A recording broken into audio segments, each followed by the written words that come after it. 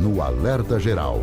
Bate-papo político com os jornalistas Luzenor de Oliveira e Beto Almeida. A agenda política está agitada e tem debate que interessa a milhões de brasileiros, a milhares de cearenses. Líderes do governo e da Câmara Federal tentam encontrar nesta quarta-feira uma solução para o impasse na votação da PEC dos precatórios. O presidente da Câmara Federal garante que o texto não prejudica os estados nem os professores. As informações chegam agora com Sátrio Salles e daqui a pouco nessa agenda, jornalista Beto Almeida, o dia é de articulações porque o governo federal teme perder esse embate em votação na Câmara dos Deputados. A PEC dos precatórios, que é uma proposta de emenda à Constituição, mexe com o texto da Constituição para permitir que o governo federal negocie as dívidas chamadas de precatórios, que irão se vencer em 2022 para parcelar esses débitos por mais alguns anos. E essa negociação, Beto Almeida, é no sentido do governo garantir espaço com esse dinheiro que não será usado para precatórios para pagar a conta do Auxílio Brasil. Jornalista Beto Almeida, bom dia. Beto Almeida, a análise política com credibilidade e isenção. Bom dia, Luzenor. Bom dia novamente aos nossos ouvintes. Olha aí, Luzenor, nós estamos aí num impasse que já vem se arrastando há semanas. E por que esse assunto parece tão chato e ao mesmo tempo é tão essencial? Porque nós estamos falando, Luzenor, do futuro de um programa que é um dos maiores transferidores de renda para populações de baixa renda, de que vivem em situação de vulnerabilidade social. O que se coloca aqui claramente é o seguinte: como bancar o novo Bolsa Família já a partir agora de novembro, principalmente, porque não é só para 2022, o governo já espera ter, inclusive, formas de bancar esse programa a partir desses 2 meses que restam agora, que é novembro e dezembro. Lembrando que até o auxílio emergencial já acabou. Então, o que está pegando na realidade? Isso que você falou. Um dos pontos é exatamente essa PEC dos precatórios, que são essas dívidas já reconhecidas, a União não tem mais como recorrer e ela só tem agora o que, Luciano? Que arranjar espaço para pagar esse novo programa Auxílio Brasil. Para isso, ela está limitando os gastos com o pagamento dos precatórios no ano que vem. Ela quer estabelecer nessa PEC um limite, onde até aquele valor que foi pago até 2016, o governo vai pegar o seguinte: olha, a gente paga até aí.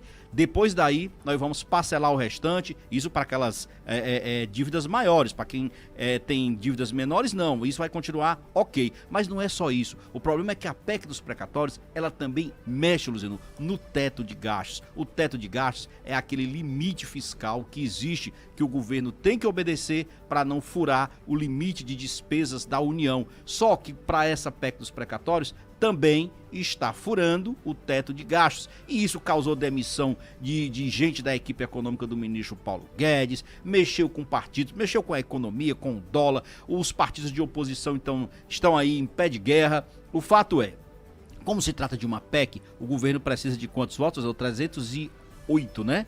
308 votos. E aí ele precisa hoje garantir pelo menos 450 parlamentares em plenário, porque agora as votações desde a semana passada elas já não são mais virtuais, elas são presenciais. Não dá mais para aquela história de você de casa, onde você estiver, participar dessa votação. Tem que estar presente. Para isso tem toda essa mobilização hoje e tem um apelo do ministro da Cidadania, um apelo até dramático, pedindo para que seja aprovada essa PEC até, no máximo, a segunda semana do mês de novembro. E nessa insegurança que você acaba de relatar, que transita pela agenda do Palácio do Planalto, o governo federal também trabalha com um plano B. O vai e vem sobre o auxílio emergencial, que acabou no mês de outubro e deixou mais de 20 milhões de pessoas sem renda, também está nessa pauta. As cobranças sobre a manutenção do benefício levaram o presidente Jair Bolsonaro a pedir ao Ministério da Economia Economia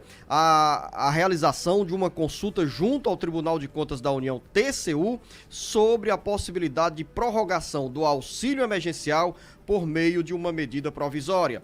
Se o TCU, jornalista Beto Almeida, der aval a essa medida, a prorrogação do benefício depende apenas de uma canetada do presidente Jair Bolsonaro e terá vigência imediata. A medida provisória dispensaria, por exemplo, na avaliação dos aliados do Palácio do Planalto, a necessidade do Congresso Nacional aprovar um novo decreto de calamidade pública, transformando em uma linguagem mais acessível para você, ouvinte internet.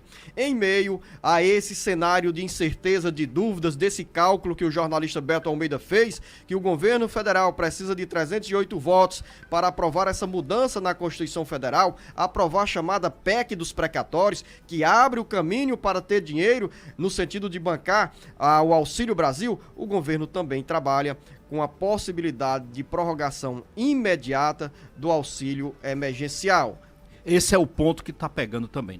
Pode ser que o Tribunal de Contas da União tenha esse entendimento e permita a prorrogação do chamado auxílio emergencial. Mas há, entre membros do próprio TCU, o entendimento de que ainda assim seria preciso renovar o que você chamou lá da calamidade pública, o decreto da calamidade pública, que foi encerrado em 31 de dezembro do ano passado, porque se acreditava que durante todo esse ano de 2021 o governo teria tempo suficiente para aprovar as reformas necessárias no Congresso Nacional. Não conseguiu, a gente está vendo a batalha que é, e agora a batata quente, como se diz, está também no Tribunal de Contas da União, que é uma responsabilidade grande, Luciano. A gente trata dessa burocracia, mas por trás de tudo isso, nós temos milhões de brasileiros que dependem dessa ajuda do governo para sobreviver.